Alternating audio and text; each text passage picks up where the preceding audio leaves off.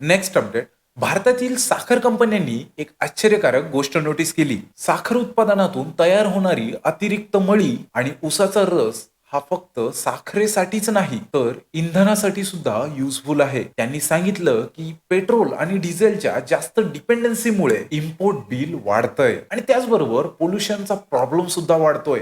या प्रॉब्लेमचा स्टडी केल्यानंतर साखर कंपन्यांनी गव्हर्नमेंटच्या इथेनॉल ब्लेंडिंग प्रोग्राम अंतर्गत रिसर्च आणि डेव्हलपमेंटवर फोकस केलं. त्यांनी पेट्रोलमध्ये 20% इथेनॉल मिक्सिंगचं टार्गेट अचीव्ह केलं, जे ऊस आणि मळीपासून तयार होतं. हे इथेनॉल ब्लेंडेड पेट्रोल क्रूड ऑइलचं इम्पोर्ट कमी करतं आणि साखर कारखान्यांना सुद्धा ऍडिशनल रिव्हेन्यू देतं आणि शेतकऱ्यांच्या ऊसाच्या थकबाकीपासून रिलीफ मिळवतं. याशिवाय हे इंधन इको फ्रेंडली आहे, ज्यामुळे CO2 इमिशन्स 65% कमी होतं.